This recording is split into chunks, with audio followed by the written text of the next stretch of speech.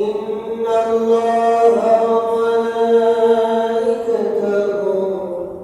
يصلون على النبي يا أيها الذين آمنوا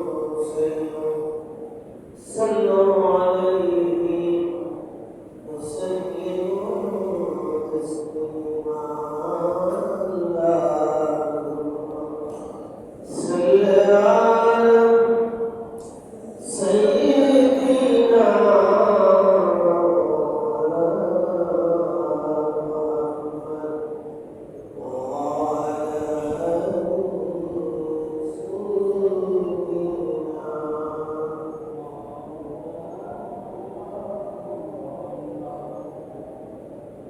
محمد مصطفى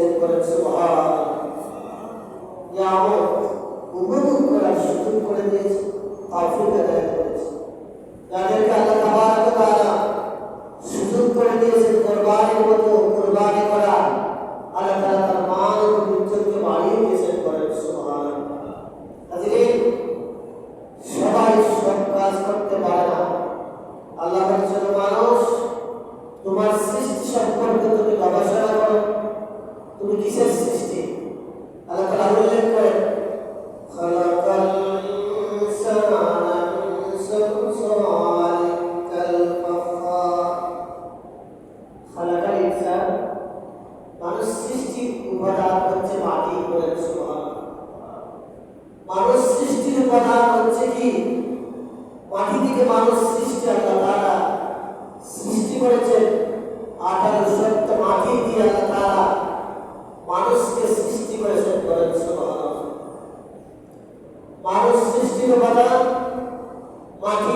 দলিল হিসেবে আল্লাহ তাআলা সাব্যস্ত করেছে।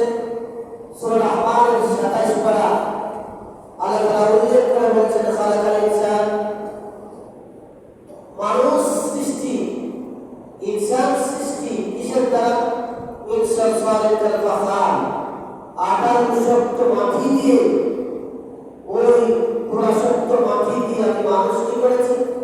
সৃষ্টি করেছি। বলেন সুবহানাল্লাহ। আমরা সৃষ্টির উপাদান প্রথম যিনি সৃষ্টি হয়েছে উনি হচ্ছেন আদম আলাইহিস সালাম। আল্লাহ তাআলা আদম নবীকে দুনিয়ার শ্রেষ্ঠ মাটি দিয়ে বাছাই করে যাচাই করে তাকে সৃষ্টি করেছেন। বলেন সুবহানাল্লাহ। এরপরে আল্লাহ তাআলা বলেছেন, আদমের আগে পৃথিবীতে জিন ছিল। কি ছিল? জিন ছিল। তারা কিসের তৈরি? আল্লাহ বলেছেন, শোনো, খালাকাল ইনসানা মিন সালসালিন কাল ফাখার ওয়া খালাকাল জান্না মিন মারিজিন মিন নার। জিন হচ্ছে আগুনের তৈরি। বলেন সুবহানাল্লাহ। মানুষ মাটির তৈরি, জিন আগুনের তৈরি। কিন্তু আল্লাহ তাআলা মাটির তৈরি আদমকে বলেছেন, ওয়ালাকাদ কাররামনা বানি আদম, আমি বনি আদমকে, মানুষকে সৃষ্টির শ্রেষ্ঠ মর্যাদা হিসাবে, মর্যাদাশীল হিসাবে সৃষ্টি করেছি। বলেন সুবহানাল্লাহ। আল্লাহ তাআলা বলেছেন, ওয়ালাকাদ, নিশ্চয়, কাররামনা বানি আদম, বনি আদমকে আমি মর্যাদা দিয়েছি, তার সম্মানকে বাড়িয়ে দিয়েছি, তার ইজ্জতকে বাড়িয়ে দিয়েছি। একজন বনি যদিও সে জমিনে আসে, কিন্তু তার কদমটা জান্নাতে পড়ে যায়। বলেন সুবহানাল্লাহ। তার খলিল হযরত নূরুল আলম মুহাম্মদ রাসূলুল্লাহ সাল্লাল্লাহু আলাইহি সাল্লাম যখন মেরাজে গেলেন, মেরাজে যাওয়ার পরে যখন জান্নাত বিচরণ করলেন, জান্নাত পর্যবেক্ষণ করলেন, জান্নাতের নাজ নামক দেখলেন, তখন উনি শুনতে পায় হযরত বেলালের পায়ের আওয়াজ। করেন সুবহানাল্লাহ। চিন্তা করেছেন, কার পায়ের আওয়াজ? হযরত বেলাল। কেন? বেলাল ছিলেন হাবশী দেশের মানুষ, কালো মানুষ, তার চেহারা সুরত তেমন ছিল না, কিন্তু তার অন্তরে তাকওয়া ছিল। বেলাল ছিল মসজিদে নববীর মুয়াজ্জিন। বলেন সুবহানাল্লাহ। হযরত বেলাল রাদিয়াল্লাহু তাআলা আনহু পায়ের আওয়াজ উনি শুনতে পাচ্ছেন কোথায়? জান্নাতের ভিতরে। নবীজি আশ্চর্য হয়ে গেলেন এবং দুনিয়াতে আসার পরে হযরত বেলালকে জিজ্ঞাসা করলেন, তো বেলাল, কি ব্যাপার? আমি যখন জান্নাত বিচরণ করেছি, জান্নাত দেখেছি, জান্নাতের ভিতরে আমি তোমার পায়ের আওয়াজ পেয়েছি। বলেন সুবহানাল্লাহ। নবী জিজ্ঞাসা করলেন, কি এমন আমল তোমার? কি আমলের বিনিময়ে তোমার তো মর্যাদা বেড়ে গেল? তুমি হাঁটতেছো মদিনায়, তোমার আওয়াজ চলে গেল জান্নাতে। বলেন সুবহানাল্লাহ। হযরত বেলাল রাদিয়াল্লাহু তাআলা বলেন, ইয়া রাসূলুল্লাহ, ইয়া হাবিবাল্লাহ, নবী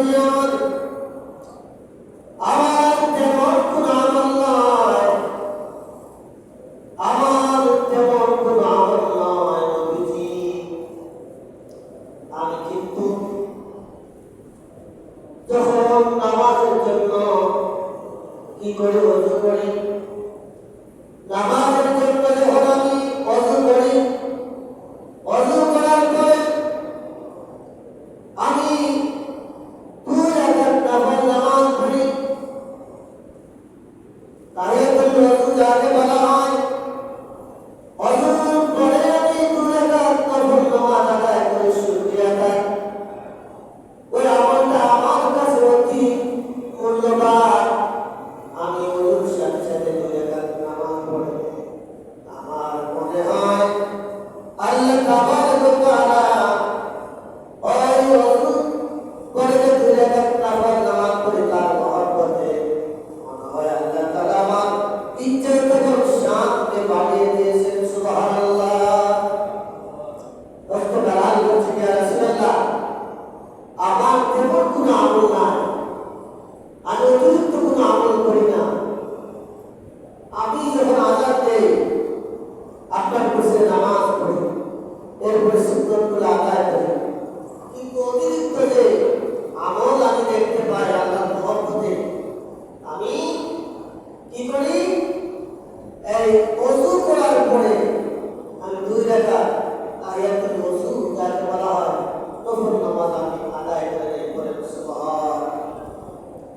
নবীজি জবাব দিলেন, সাহাবী আমার আবেদন, তুমি ওযু করার পরে 2 রাকাত নামাজ পড়তে, নফল নামাজ পড়তে, এটা আল্লাহর কাছে পছন্দনীয় হয়ে গেছে, গ্রাম হয়ে গেছে।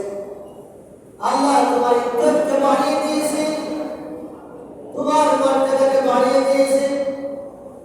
আমি জান্নাতে যাওয়ার পরে তোমার পায়ের কদমের আওয়াজ শুনতে পাইলাম, আর মনে হয় আল্লাহ তাআলা ওই 2 রাকাত নামাজকে তোমার কবুল করে নেয়, বলেন সুবহানাল্লাহ। এর জন্য যদি কোনো মানুষ এই ওযু করার পরে 2 রাকাত নফল নামাজ, তাহিয়াতুল ওযু 2 রাকাত নফল নামাজ পড়ে, আল্লাহ তাআলা কি করে তার পিছনের সমস্ত গুনাহগুলা, মানে সগীরা গুনাহ আল্লাহ তাআলা মাফ করে দেন, বলেন সুবহানাল্লাহ। চিন্তা করেছেন, এটা ফরজও নয়, সুন্নতও নয়, নফল। নফল হলো একমাত্র আল্লাহর মহব্বত। নফল নামাজ পড়ার উদ্দেশ্য হলো আমি আল্লাহকে ভালোবাসি, আমি আল্লাহকে মহব্বত করি, এর জন্য আমি নফল নামাজ পড়ি, বলেন সুবহানাল্লাহ। আল্লাহ রাব্বুল আলামিন বলেন, দুনিয়ার মানুষ সৃষ্টি হলো মাটি দ্বারা, আর জিন সৃষ্টি হলো আগুন দ্বারা। আল্লাহ রাব্বুল আলামিন মানুষ এবং জিন জাতিকে উদ্দেশ্য করে বলেন, ও দুনিয়ার মানুষ, ও দুনিয়ার জিনরা, ফাবিআইয়ি আলাই রাব্বিকুমা তুকাজ্জিবান। তোমরা আমার কোন কোন নিয়ামত অস্বীকার করবা, বলেন সুবহানাল্লাহ। কি বলেছেন? মানুষ এবং জিনকে উদ্দেশ্য করে বলছেন, ফাবিআইয়ি আলাই রাব্বিকুমা তুকাজ্জিবান। আমার কোন নিয়ামত তোমরা অস্বীকার করতে পারবা? সুবহানাল্লাহ বলেন। আল্লাহ বলছেন, আমি মানুষ সৃষ্টি করেছি মাটি দিয়ে, আগুন জিন সৃষ্টি করেছি আগুন দিয়ে। মানুষ আর জিনকে উদ্দেশ্য করে বলছেন, আমি যত নিয়ামত সৃষ্টি করেছি, কোন নিয়ামত তোমরা অস্বীকার করতে পারবা? আমরা কোন নিয়ামত অস্বীকার করতে পারবো না, এই সাহস আমাদের নাই, বলেন সুবহানাল্লাহ। আল্লাহর কোন নিয়ামত অস্বীকার করা যাবে না। এর জন্য আল্লাহ রাব্বুল আলামিন বলেন, ওয়া ইন তা'উদ্দু নি'মাতাল্লাহি লা তুহসুহা ইন্নাল্লাহা লাগাফুরুর রাহিম। আল্লাহ রাব্বুল আলামিন বলেন, ওয়া ইন তা'উদ্দু নি'মাতাল্লাহি লা তুহসুহা ইন্নাল্লাহা লাগাফুরুর রাহিম। আল্লাহ তাআলা আমাদের উপর যে নিয়ামত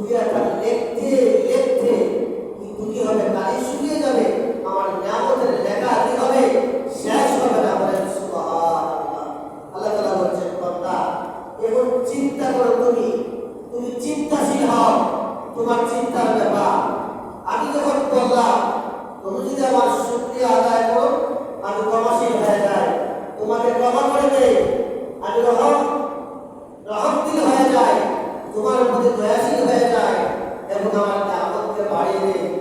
ইয়ার পরেও কেন তুমি আমাকে অস্বীকার করো? আমাকে অস্বীকার কেন করো? কি হলো তোমার?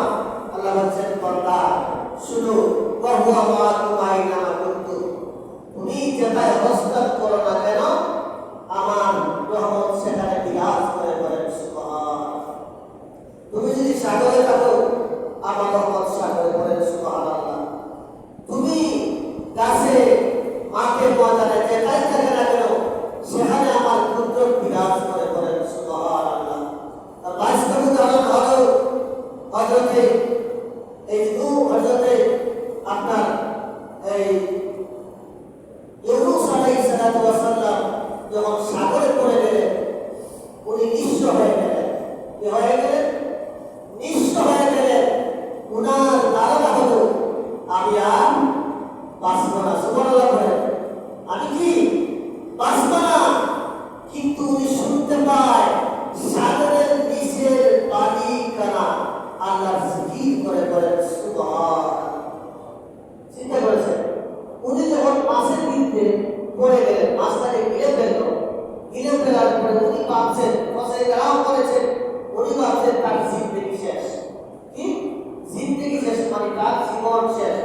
যখন এর গভীরে চলে গেলেন তখন কানের ভিতরে চলে আসলো এই পানিগণার পক্ষ থেকে আল্লাহ পাকের জিকিরের আওয়াজ। করেন সুবহান। তখন কিন্তু তার জীবনটা প্রশস্ত হয়ে গেল।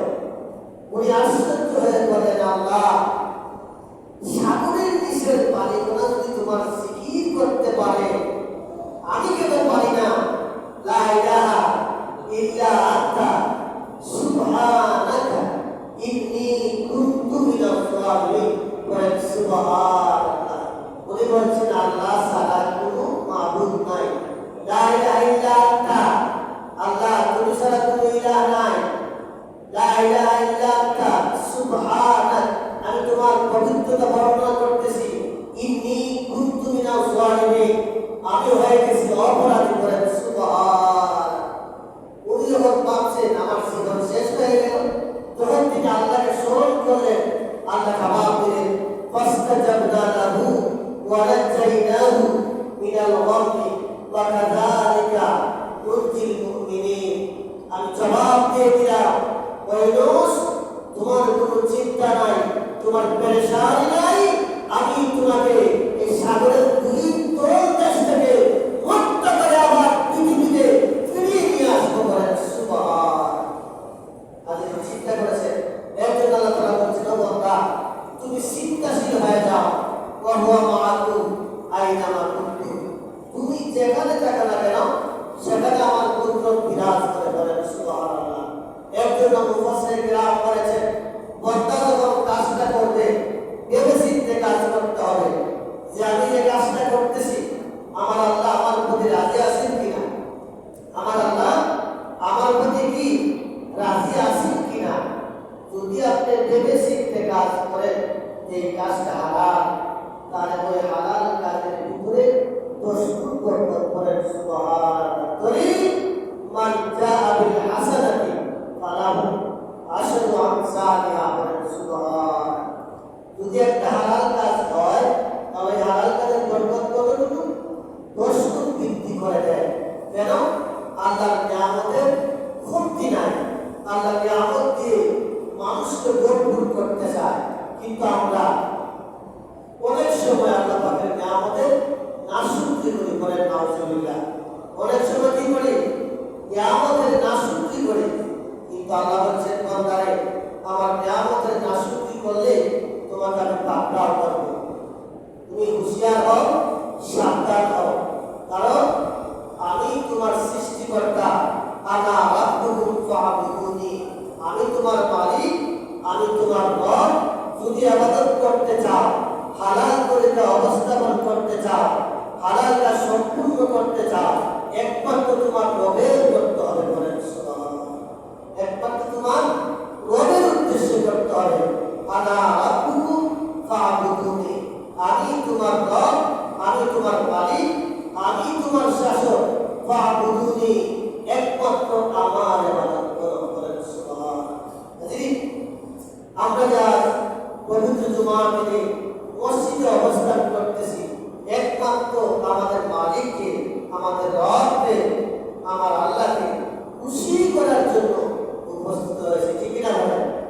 একমাত্র মসজিদে আসার লক্ষ্য উদ্দেশ্য হলো আমার মালিককে সিজদা করব, আমার মালিককে খুশি করব। একজন আল্লাহ বলছেন, বান্দা ওয়া আনা রাব্বুকুম ফা'বুদুনি, আমি তোমার রব, আমি তোমার শাসক, আমি তোমার প্রতিপালক, তুমি আমার ইবাদত করো, বলেন সুবহানাল্লাহ। আজকে কেরাম, ইবাদত করতে হবে একমাত্র তোমার মালিকের, কার? আল্লাহ। ইবাদত করতে হবে আগে আপনি বুঝতে হবে যে আমি ইবাদতটা যে করতেছি, এই ইবাদতটা কতটুকু সম্পূর্ণ হবে, কতটুকু সঠিক হবে আমার ইবাদতটা, এটা সম্পর্কে আগে গবেষণা করতে হবে, রিসার্চ করতে হবে। ইবাদতের দাঁড়ানোর আগে যে কাজগুলো আপনি সম্পূর্ণ করতে হবে, এটা হলো পবিত্রতা। তার দলিল কদমটা আমারটা যাক্কাত। বান্দা ইবাদত করার আগে তুমি পবিত্রতা অর্জন করো, বলেন সুবহানাল্লাহ।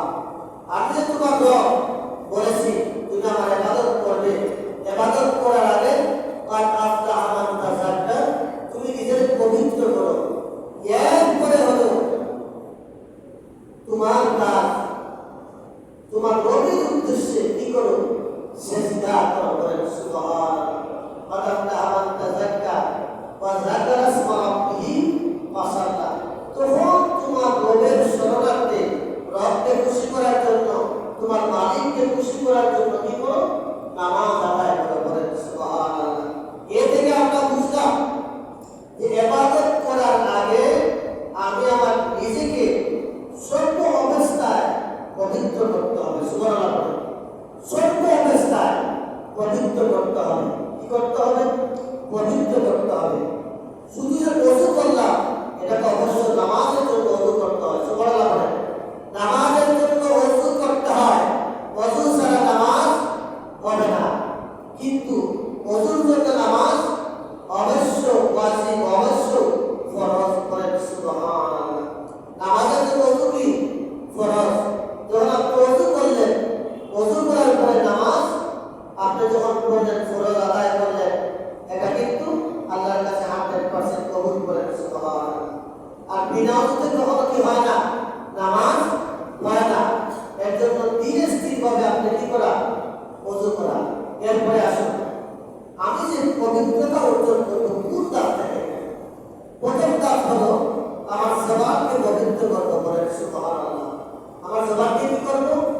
পবিত্র করবো। কুলু কাওলান সাদীদা, তোমার জবান থেকে যেন সব সময় হকের কথা বাহির হয়। কার কথা? হকের কথা। হক মানে আল্লাহ, হক হচ্ছে রাসূল, হক হচ্ছে আল কোরআন, বলেন সুবহানাল্লাহ। তোমার জবান থেকে যেন হক বাহির হয়। কুলু কাওলান সাদীদা, যখন তুমি কথা বলবে তোমার জবান থেকে যেন সত্য কথা বাহির হয়, তখন তোমার ওজন এত বেশি হবে।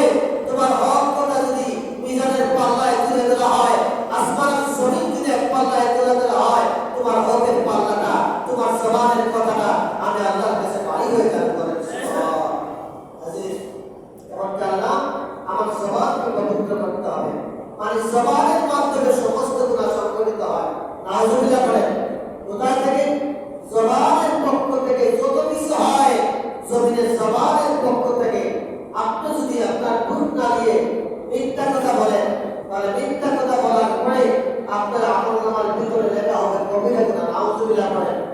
আর যদি আপনি আপনার জবান নাড়িয়ে সত্য কথা বলেন, তাহলে সত্য কথার বিনিময়ে আল্লাহ আপনাকে জান্নাত দিয়ে দিবে, বলেন সুবহানাল্লাহ। তার দলিল হলো কি? ওয়াবাশশিরিল লাযিনা আমানু, সুসংবাদ ঈমানদারের জন্য। কুলু কাওলান সাদীদা, যে ব্যক্তি সত্য কথা বলল, যে ব্যক্তি সত্য কথা বলল, লাহুল বুশরাফিল হায়াতিদ দুনিয়া, তার হায়াতি জিন্দেগির ভিতরে তাকে সুসংবাদ দেওয়া হলো। ওয়াবাশশিরিল লাযিনা আমানু ওয়া আমিলুস সালিহাতি আন্না লাহুম জান্নাহ, নিশ্চয় সে জান্নাতি, নিশ্চয় সে জান্নাতি, বলেন সুবহানাল্লাহ। এর জন্য আমাদের জবানকে কন্ট্রোল করতে হবে।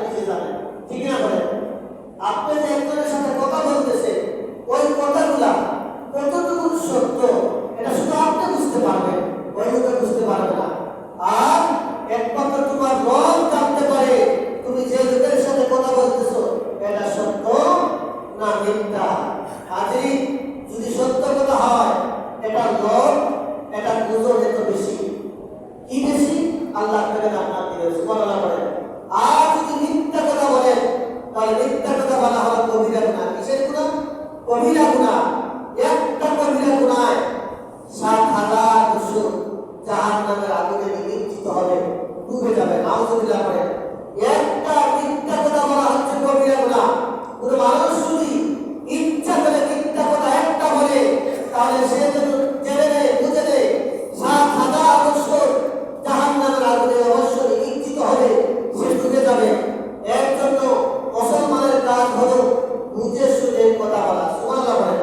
মুসলমানের কাজ হবে কি? বুঝে শুনে কথা বলা। বলেন সুবহানাল্লাহ। এর জন্য আল্লাহ রাব্বুল আলামিন বলেন, বান্দা আমার, আনা রাব্বুকুম ফা'বুদুনি, আমি তোমার রব, তুমি আমার ইবাদত করো। ইবাদত করার আগে তোমার কাজ হলো তুমি নিজেকে পবিত্র করো। আগে তোমার জবান পবিত্র করো।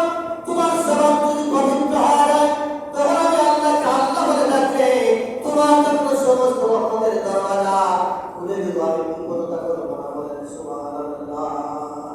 বান্দা, তোমার জবান যদি পবিত্র হয়ে যায়, তুমি যখন আমাকে ডাক দিবে, একবার ডাক দিয়ে আল্লাহ আমি ৭০ বার জবাব দেব। বলেন সুবহানাল্লাহ। আল্লাহ জবাব দেবে কি? আল্লাহ জবাব দেবে, আজ সাদাকা আবদি, আজ সাদাকা আবদি। বান্দা, তুমি আমাকে রব বলেছো, সত্যি তুমি আমার বান্দা, সত্যি তুমি আমার বান্দা। বলেন সুবহানাল্লাহ। এভাবে কবার ডাক দিলে জবাব দিলে ৭০ বার। আপনি ডাক দিবেন শুধু একবার, আল্লাহ ৭০ বার আপনার জবাব দিবেন। বলেন সুবহানাল্লাহি ওয়া বিহামদিহি সুবহানাল্লাহিল আযীম। হাজরিন, এর জন্য আমাদের কাজ হলো, আমাদের যে দায়িত্ব, আমাদের দায়িত্ব আগে জবানকে পবিত্র করা।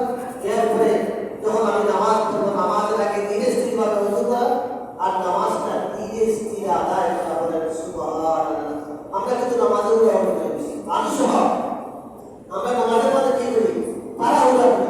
কিন্তু আল্লাহ বলেন, বান্দারে, তুমি যখন নামাজে দাঁড়াও, তখন কিন্তু রহমতের চাদর তোমার উপরে এসে পড়ে। বলেন সুবহানাল্লাহ। তুমি যতক্ষণ তুমি নামাজে থাকবে, ততক্ষণ আমার রহমত তোমার মাথার উপরে বিরাজ করবে। সুবহানাল্লাহ বলেন। যতক্ষণ তুমি নামাজে বসে থাকবে, ততক্ষণ তোমার গুনাহ মাফ হইতে থাকবে। সুবহানাল্লাহ বলেন। আজই কিন্তু আমি সহ আপনারা, আমরা শুধু উদাহরণ করি, কেমনে নামাজ শেষ হইতে আর কেমনে বাড়িতে যান। কিন্তু ধীরে স্থিরভাবে নামাজ আদায় করলে আল্লাহ তাআলা ওই নামাজকে খাশি বলেছেন। বলেন সুবহানাল্লাহ। ওই নামাজকে কি বলেছেন? খাশি। যার অন্তরে আল্লাহর ভয়, সে নামাজ ছাড়তে চায় না।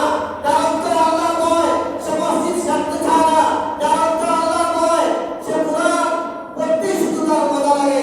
যার অন্তরে আল্লাহর ভয়, সে ভালো মানুষের সাথে সংস্পর্শ গড়ে তোলে। বলেন সুবহানাল্লাহ। হাজরিন, আল্লাহ তাআলা যেন আমাদেরকে সঠিকভাবে ইবাদত করার তৌফিক এনায়েত করেন। সকলে বলেন আমিন।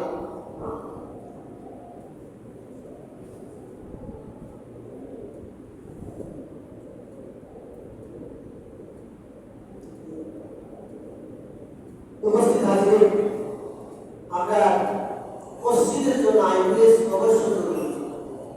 যেহেতু আপনারা জানেন, বাজারের পাশে মসজিদ, মুসল্লির সমাগম। আপনার মন্ত্রী হিসাবে ৫,০০০ টাকা দিলাম। সবাই আমি আইপিএস এর লাগি আমরা মন্ত্রী হিসাব জনাব শাহরুল্লাহ সাহেব, মন্ত্রী সাহেব ৫,০০০ টাকা দান করেছেন। আল্লাহ যেন তার জীবনের সমস্ত সগীরা কবিরা কিনা মাফ করে দেয়। তাদের সদকা যেন আল্লাহ তাআলা মা বাবার পাকে পৌঁছে দেয়। শোনান দাদু ভাই ৫,০০০, মন্ত্রী সাহেব দাদু ভাই ৫,০০০ টাকা দান করেছেন। ২১,০০০ টাকার বিরুদ্ধে ১০,০০০ টাকা আপনার হাজির হয়েছে, আর ১১,০০০।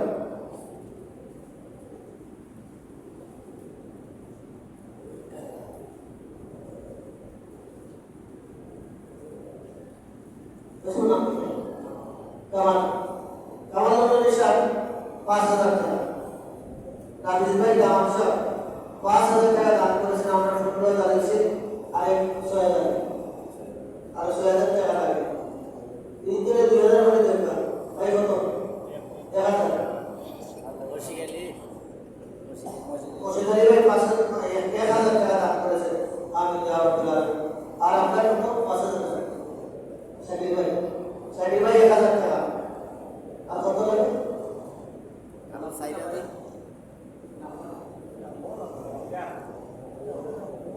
তো ম্যানেজার সাহেব বেতন 1000 টাকা দুবাই 1000 টাকা মাশাআল্লাহ আর কত বাকি বাকি কত হইছে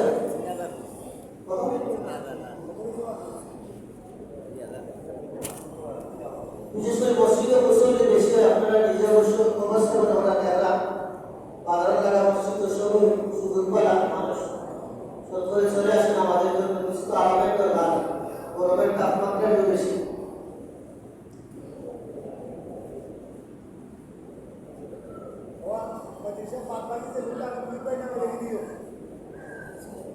আমার সৌদারি 2000 টাকা মাশাআল্লাহ হ্যাঁ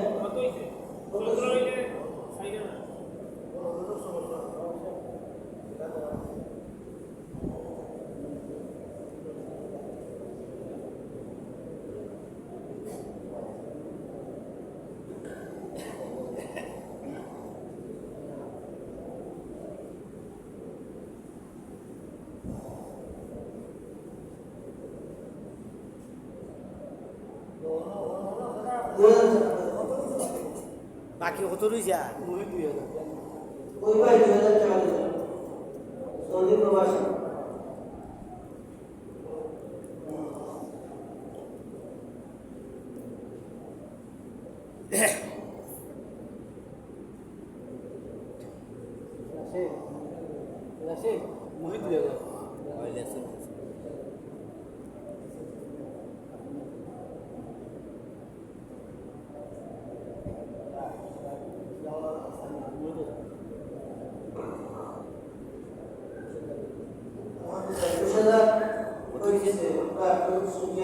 আলহামদুলিল্লাহ আওয়াজ করে বলে আলহামদুলিল্লাহ লাইক শাকারতুম লাযিদান্নাকুম ওয়া লাইন কাফারতুম ইন্না আযাবি লাশাদীদ আল্লাহ তাআলা এই উসিলাতে আপনারা আমার সমস্ত জিন্দেগীর গুনাহ আল্লাহ মাফ করেন সকলের আমিন সাল্লাল্লাহু আলা সাইয়্যিদিনা মাওলানা মুহাম্মদ ওয়া আলা আলিহি ওয়া সাহবিহি ওয়া সাল্লাম আলহামদুলিল্লাহ আল্লাহুম্মা আমিন আলহামদুলিল্লাহি রাব্বিল আলামিন ওয়া আল-আকিবাতু লিল মুত্তাকিন والصلاة والسلام على رسوله محمد وعلى وأهل بيته والناس أجمعين ورب العالمين أيها تعالى তোমাদের বরকত করে জানাই এই সময়ের ভিতরে কাজ করতে করেছেন তোমাদের মসজিদে পেশের জন্য আল্লাহ তাআলা যারা কাজ করতে করেছেন তোমার জানা ইন্নাল্লাহ খাবীরুম বিমা তা'মালুনা বাসীর সব তুমি দেখো সব শুনো